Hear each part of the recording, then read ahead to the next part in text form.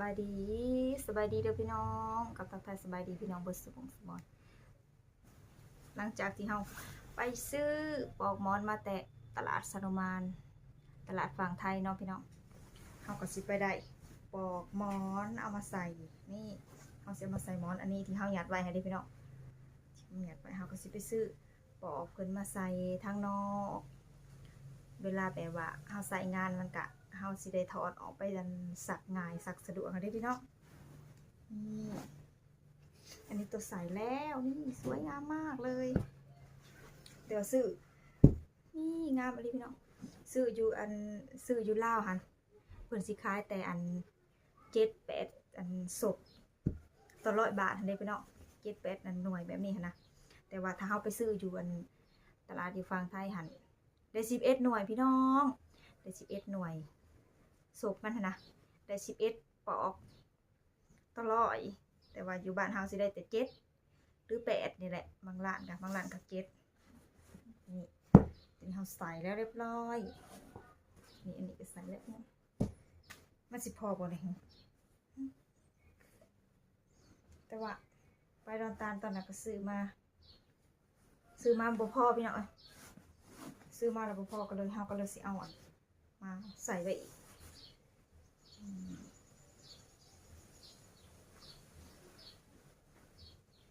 งามเขาใส่ไว้แบบนี้นะสบายพี่น้อง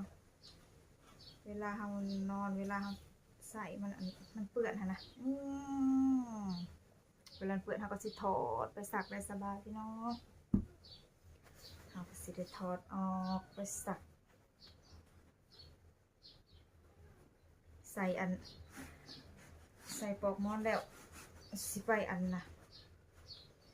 สิไปหาเอาฝุ่นปกพักพี่น้องเอ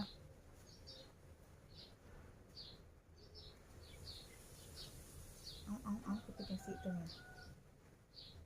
มันก็สิไปหาบัวขาดไปหาเอาฝุ่นใส่พักพี่น้องมันมีสีนี่ก็งามไปเอามาใส่มีแต่สีงามเนาะ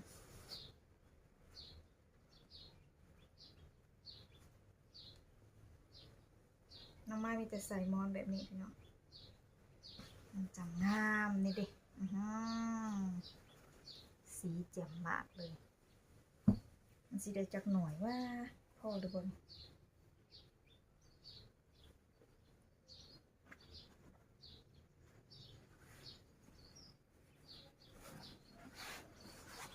มาใส่ที่เฮาหยาดไว้แล้วพี่น้องนี่วันนี้ก็ซื้อได้พี่น้องซื้อ11,000ก็ได้บ่10 หน่วยนี่แหละ10,000งี้ว่าได้พี่น้องบ่แม่นว่า10,000เงิน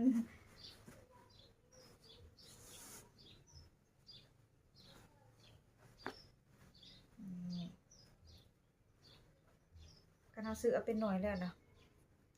เอาโมนเขาเดียวกับแปรพี่น้องบ่คือเฮาซื้องี้แล้วเฮามาหยาดเอาเฮาซื้องี้แล้วเฮามาหยาดเอาน่ะมันสินะมันสิได้หลายกว่านอนก็สินอนม่วนกว่าพี่น้องบางงี้เฮาที่เฮาต่อยไว้ให้ดิพี่น้องบางงี้บ้านเฮาหั่นนะมันแก่แล้วเฮาก็สิมาต่อยเฮาก็สิมาไว้ยัดหมอนนั่นนี่แหละพี่น้องยัดเสื้อยัดหมอนซื้อเอาก็ได้อยู่แต่ว่ามันบ่คักคืองี้หั่นเด้พี่น้องมันก็หมากต่างกันเนาะแต่ว่าน้องมาสิใส่งี้ว่าน้องมามีแต่ใส่งี้ฝุ่นเอานี่อันนี้ก็สวยนี่ประมาณนี้ตัวหน่อยงามๆพี่น้องหยาดหมอนบ่แม่นหยาดหมอนใส่ปลอกหมอนใหม่พี่น้องถือว่าได้ผัวใหม่ว่ะซ่านป้าตุ๊ซื้อปลอกหมอนมาไว้เถื่อได้ผัวอีกค่ะได้พี่น้องบอกไป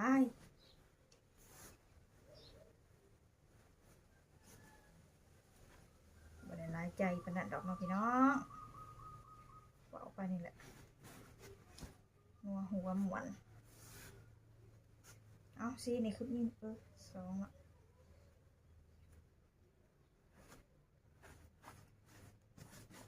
อืมงามอะไรคือเป๊ะคักแท้วะอื้อหือซื้อเลขคือบุเป๊ะจังสิวะซื้อเลขคือบดกะถือจังสิเลยพอดี11 หน่วยแต่ว่าในตู้เฮาใส่แล้วพี่น้องในตู้เฮาซื้อมาแต่ก่อนอันนี้มันบ่พอก็เลยเฮ้ยต้นน่ะยังอยู่บ่วะซื้อมาตะกี้บ่พอซื้อมาใส่อีกเป๊ะเลยแบบนี้ค่ะกัดซื้อเลขคืออันซื้อเลขคือบ่เหมาะเนี่ยวะมาซื้อเลขนะคือบ่ถือเนาะพี่น้อง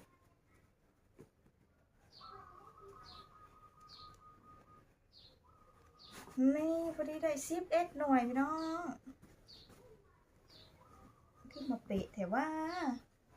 ซื้อมาพอดีเลยนี่2 3 4 5 6 7 8 9 10 11พอดีพอจะพี่น้อง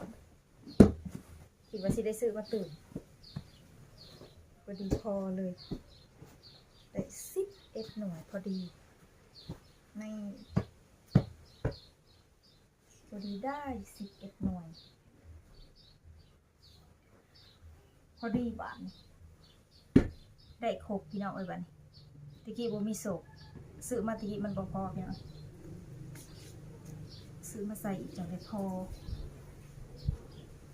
ในพอบาทนี้พอดีได้11 หน่วยพอดีแต่ว่าแต่ก่อนก็หลายหน่วยเติบจะหน่วยว่า20 ปลายหน่วยแต่ว่าพอแล้วพี่น้องเอ้ยมันบ่พอก็เลยซื้อมาอีก11 หน่วยพอดีพอเลยพอเบิดหน่วยบัดมีแต่งามๆพี่น้องคักอันลีซื้อกับน้องดาวก็เอาอัน100 บาทก็ได้11 หน่วยพี่น้องน้องไม้ซื้อ200ได้22 หน่วยน้องไม้น่ะซื้อ200 บาทถ้าซื้ออยู่บ้านเฮามันก็สิบ่ได้หลายส่ำนี้หั่นล่ะพี่น้องเพราะอยู่บ้านเฮามีแต่7ปอกตลอดแต่ว่าคันเฮาไปซื้ออยู่พุ่นได้11พี่น้องมีเวลาได้ไปเฮาก็เลยซื้อมาเลยให้เด็กพี่น้องใครก็ไปละละเนาะไอแมงกระเบือบ้านน้องไม้เอิ้นแมงกระเบือจ้ะพี่น้อง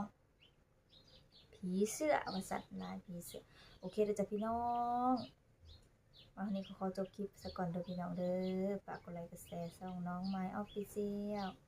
เพื่อเป็นกำลังใจทำคลิปต่อไปเด้อจ้ะพี่น้องสบายดีเด้อ